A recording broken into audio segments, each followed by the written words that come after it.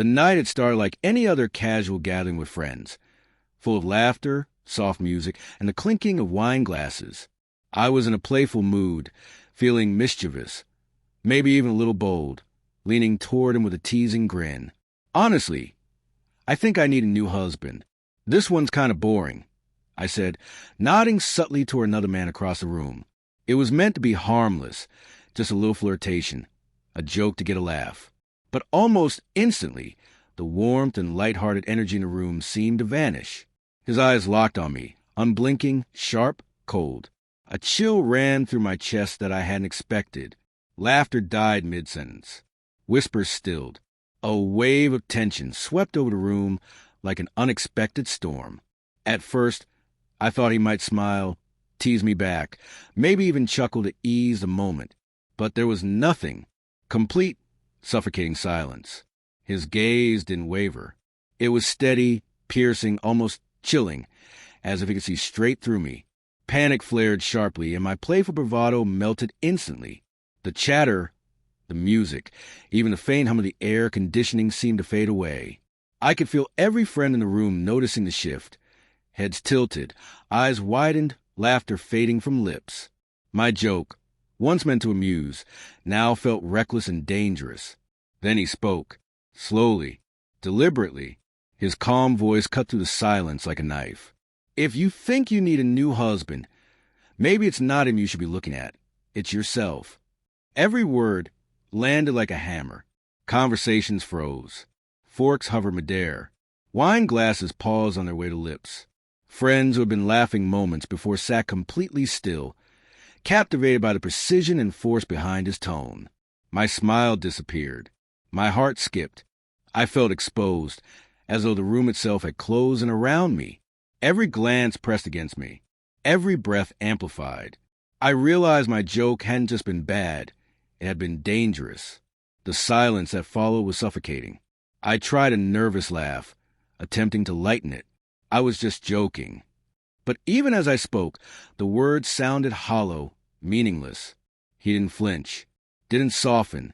He leaned back slightly, eyes fixed on me, letting the tension stretch across the room like a taut wire. I could feel every heartbeat, every subtle movement magnified in the electric atmosphere. The playful energy I had brought had vanished, replaced by awe, tension, and the unmistakable sense that everyone knew something monumental was unfolding. I didn't mean it like that. I stammered, voice trembling, hands gripping the edge of my chair. Every word only emphasized my mistake, highlighting my audacity and recklessness. His eyes stayed locked on mine, unwavering, delivering a silent judgment heavier than any words. I could see the subtle reactions around me. Widened eyes, parted lips, whisper exchanges of astonishment. The laughter from minutes ago had evaporated entirely. It wasn't anger that dominated.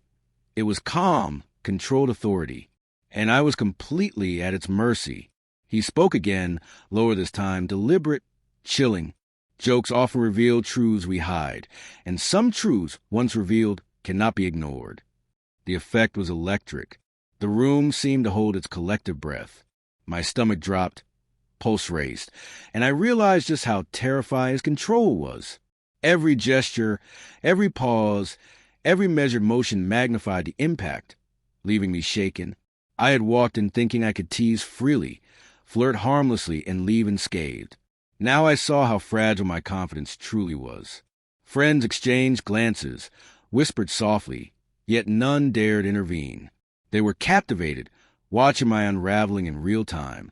I wanted to shrink, to vanish, to disappear into the nearest corner, but the room's eyes pinned me in place.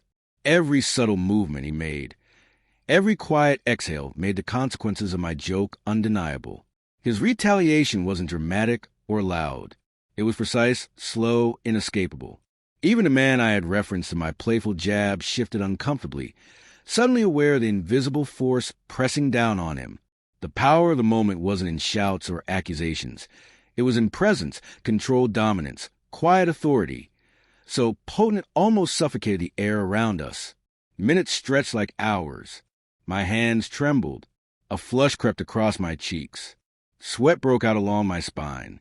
Friends whispered, some wide-eyed, others shaking their heads in disbelief. The playful, carefree atmosphere before had vanished. He didn't need to yell, argue, or retaliate. His silence, deliberate and precise, spoke volumes. My flirty, reckless joke had been disarmed and punished in a way that left everyone frozen. By the end of the evening, I sat quietly, shaken, replaying every word, every gesture, every glance. I had walked in thinking I could joke without consequence. I left realizing the devastating power calm authority holds. Every guest had witnessed it. The control, the quiet revenge wielded without a single raised voice. My joke had been exposed and corrected in a way that silenced a room full of witnesses. Even the night air did nothing to ease the shock. I had intended to be playful and mischievous, but I walked away humbled, shaken, aware of a lesson I would never forget. His cold, silent response had left me trembling, commanded the room's attention, and left an unerasable mark. That night became a permanent memory, a stark demonstration of the terrifying power of controlled, precise authority over impulsive words. Some playful jokes carry consequences far deeper than anyone could anticipate.